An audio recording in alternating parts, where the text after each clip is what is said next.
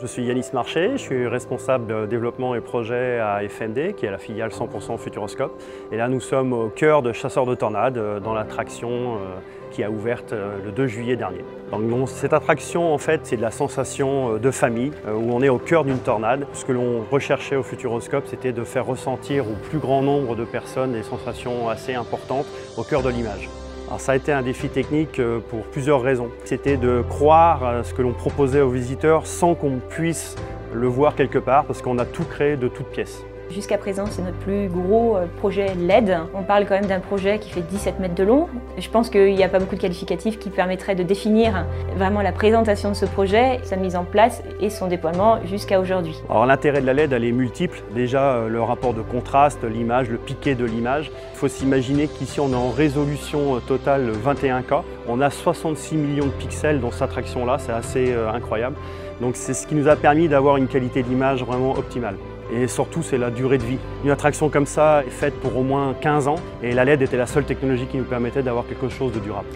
Ce qui a permis de faire le succès de ce projet, c'est avant tout le rapport humain qui a été très qualitatif. Quand on a eu l'accord de notre direction de travailler avec Samsung, tout a été affaire d'hommes en fait. On connaît très bien les équipes de chez Samsung.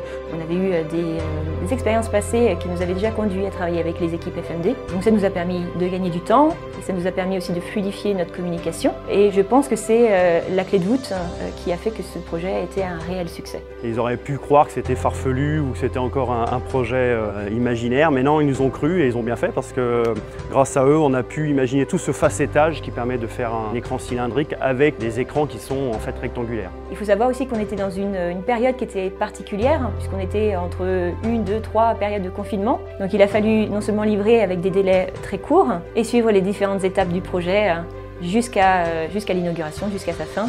Et on a réussi. Un autre défi que l'on a rencontré, c'était de faire rentrer les visiteurs dans l'attraction. Et pour cela, nous avons donc imaginé des écrans coulissants. On a fait 4 portes coulissantes, une porte pour l'entrée et derrière moi, on peut voir une autre porte qui bouge, qui est la scène numéro 1, où derrière cette scène, on a du live parce qu'on a des images qui se mélangent avec du live. Un client comme le Futuroscope, c'est extrêmement stimulant, très créatif.